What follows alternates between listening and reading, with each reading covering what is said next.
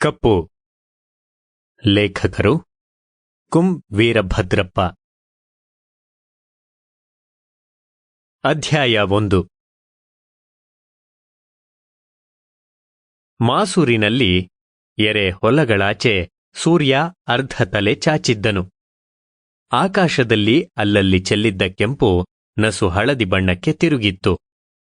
ಗುಬ್ಬಿ ಕಾಗೆಗಳು ಅದೇ ತಾನೇ ಹೊಸ ಜೀವ ಪಡೆದವುಗಳಂತೆ ಗಿಡದಿಂದ ಗಿಡಕ್ಕೆ ಕುಪ್ಪಳಿಸುತ್ತಿದ್ದವು.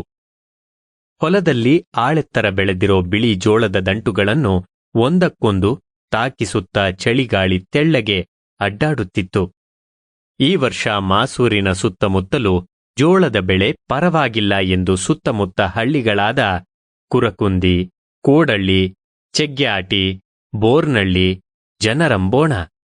ಈ ಮಾತನ್ನು ಹೊಲದಲ್ಲಿ ಚಿಕ್ಕ ಗುಡಿಸಲನ್ನು ಹಾಕಿಕೊಂಡು ಅದರ ಮುಂದಿಷ್ಟು ಬೆಂಕಿ ಹಾಕಿಕೊಂಡು ಅಂತ ನಡುಗುತ್ತಾ ಕೂತಿರೋ ಭರಮಜ್ಜ ಒಪ್ಪುವುದಿಲ್ಲ. ಹೊಲ ಕಾಯೋದು ಬಿಟ್ಟು ತನ್ನೆದುರಿಗೆ ಚಳಿ ಕಾಯಿಸಿಕೊಳ್ಳುತ್ತಾ ಕೂತಿರೋ ಪೀರ, ಡೋಮ, ಬಜಾರಿ ಅವರಿಗೆಲ್ಲ ತನ್ನ ಆಯಾಮದಲ್ಲಿ ಬೆಳೆದಿದ್ದ ಬೆಳೆಗಳ ಬಗ್ಗೆ ಹೇಳಿಕೊಳ್ಳುವುವೆಂದರೆ ಭರಮಜ್ಜನಿಗೆ ಬಹಳ ಇಷ್ಟ. ಮ್ಯಾಗಳ ಹೊಲದಾಗ ಜ್ವಾಳ ಬಿತ್ತಿದ್ವಿ. ಕಬ್ಬು ನಿಂತಂಗೆ ನಿಂತಿತ್ತು ಕಣ್ಲೆ ಪೀರ. ಒಂದು ಕೈಲಿ ಹಿಡ್ಕಂಡ್ರೆ ಸಿಕ್ತಿದ್ದಿಲ್ಲ ಬುಡು ಅದ್ರ ಬಡ್ಡಿ. ಕಡಿಗೆ ನಮ್ಮಪ್ಪ ಕೊಟ್ರಿಂದ 10 ಕೊಡ್ಲಿ ಮಾಡಿಸ್ಕೊಂಬಂದ್ ಕಡಿಸ್ದ ಅಂದನು ಒಂದು ಬಾರಿ ಕೆಮ್ಮಿ.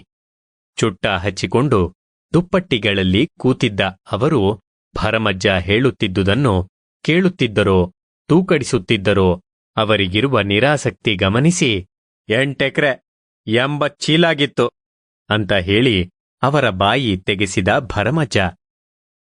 ಚಿವ್ ಚಿವ್ ಗಲಾಟೆ ಮಾಡುತ್ತಾ ಗುಬ್ಬಿ ಹಿಂಡೊಂದು ತೆನೆಗೆರಡರಂತೆ ಕೂತುಕೊಂಡು ಕುಕ್ಕತೊಡಗಿತ್ತು. ಹ ಹು ಎಂದು ಕೂಗುತ್ತಾ ಭರಮಜ್ಜ ಎದ್ದು ಆ ಕಡೆ ಹೋದ ಮ್ಯಾಲೆ ಬೆಂಕಿ ನಂದತೊಡಗಿತ್ತು. ಇನ್ನೊಂದು ದಮ್ಮು ಹೊಲ ಕಾದು ಊರ ಕಡೆ ಹೊಂಟರಾಯಿತು ಅಂತ ಮೂವರು ಎದ್ದು ಜೋಳದ ಹೊಲದ ಮ್ಯಾರೆ ಹಿಡಿದು ಮರೆಯಾದರು. ಭರಮಜ್ಜ ಅದಾವುದರ ಕಡೆಗೆ ಗಮನ ಕೊಡದೆ ಅಟ್ಟವರಿ ಕವಣಿಗೆ ಕಲ್ಲಿಟ್ಟು ಬೀಸತೊಡಗಿದ್ದ. ಆತನ ಕವಣೆ ಕಾಟ ತಡೆಯಲಾರದೆ ಗುಬ್ಬಿಗಳು ಬೇರೊಂದು ಹೊಲಕ್ಕೆ ಹಾರಿದವು. ಹಾಲು ಹಿಡಿದಿದ್ದ ಕಾಳುಗಳು ಎಳೆ ಬಿಸಿಲಿಗೆ ಮುತ್ತಿನಂತೆ ಹೊಳೆಯುತ್ತಿದ್ದವು. ಇಷ್ಟು ಹೊಲಗಳ ಪೈಕಿ ತನ್ನ ಹೊಲ ಎದ್ದು ಕಾಣಿಸುತ್ತಿರುವುದನ್ನು ಅಟ್ಟದಿಂದಲೇ ಗಮನಿಸಿದ. 30 ಬಂಡಿ ಗೊಬ್ಬರ ಹಾಕಿರೋದ್ರಿಂದ ಹಿಂಗೆ ಬೆಳೆದಿರೋದು ಅಂತ ಪಕ್ಕದ ಮನೆ ಚಿನ್ನ ಹೇಳಿದ್ದನ್ನ ಭರಮಜ್ಜ ಒಪ್ಪುವುದಿಲ್ಲ. ಹೊಲದ ಮಣ್ಣಿನ ಗುಣ ಎಂದು ಹೆಮ್ಮೆಯಿಂದ ಹೇಳಿಕೊಳ್ಳುತ್ತಾನೆ ಭರಮಜ್ಜ.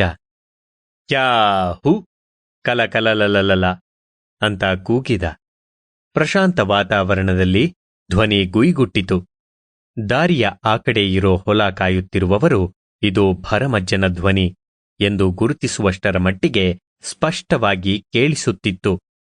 ಯಾರಾದ್ರೂ ಭರಮಜ್ಜ ನಿನ್ನ ಧ್ವನಿ ನಮ್ ಹೊಲ್ದಾಕ ಕೇಳಿಸ್ತು ಅಂದಾಗ, ಹೌದ್ಲೇ, ನಾನ್ ಸ್ವರ ಅಂದ್ರೆ ಯೋನಂತ ತಿಳ್ಕೊಂಡಿದ್ದಿ.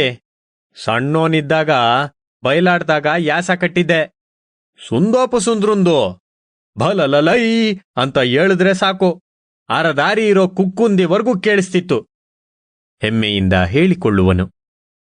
ಹೋದ ವರ್ಷ ಗೌರಿ ಹುಣ್ಣಿಮೆಯಲ್ಲಿ ಬಯಲಾಟದಲ್ಲಿ ತನ್ನ ಮಗ ಮಾತು ಬೇಷಿ ಹೇಳಲಿಲ್ಲ ಅಂತ ಈ ವರ್ಷ ಆಟ ಕಟ್ಬೇಡ ಅಂದುಬಿಟ್ಟಿದ್ದ ಭರಮಜ್ಜ. ಅಷ್ಟಕ್ಕೆ ಸೆಟೆದುಕೊಂಡು ಚಂಬಸ್ಯ 1-2 ವಾರ ಹೆಂಡ್ತಿ ಮನೆಗೆ ಹೊಂಟು ಹೋಗಿದ್ದ. ಮುದುಕಿ ಕರ್ಕೊಂಬ ಅಂತ ಕಾಟ ಹಚ್ಚಿದ್ದರಿಂದ ಭರಮಜ್ಜ ಏನೇ ಕೆಲಸ ಇದ್ದರೂ ಬಿಟ್ಟು ಹೋಗಿ ರಮಿಸಿ ಮಾತಾಡಿ ಕರೆದುಕೊಂಡು ಬಂದಿದ್ದ. ಶಿವರಾತ್ರಿಗೆ ಅಭಿಮನ್ಯು ಕಾಳ್ಗ ಸಾಗಿದ್ರೆ ಅದ್ರಾಗ ನಾನು ಅರ್ಜುನನ ಪಾಲ್ಟು ಕಟ್ತೀನಿ ಅಂತ ಚಂಬಸ್ಯ ಮನಿ ಒಳಗೆ ಕಾಲಿಡುವ ಮೊದಲು ಕರಾರು ಮಾಡದೆ ಇರಲಿಲ್ಲ. ಅದಕ್ಕೆ ಅರೆಮನಸ್ಸಿನಿಂದ ಹೂ ಅಂದು ಬೆಳೆ ಬರ್ಲಿ ನೋಡಾಣು ಅಂದಿದ್ದ. ಮಾತು ಕೊಟ್ಟಂತೆ ಬೆಳೆ ಬೆಳೆಯುವುದಂತೂ ಖರೇವು, ಮಗ ಯಾಸ ಕಟ್ಟುವುದಂತೂ ಖರೆ ಅಂತ ಭರಮಜ್ಜ ತಲೆ ತೂಗುತ್ತಿದ್ದ ಜೋಳ ನೋಡಿ ಮುಖ ಸಪ್ಪಗೆ ಮಾಡಿಕೊಂಡ.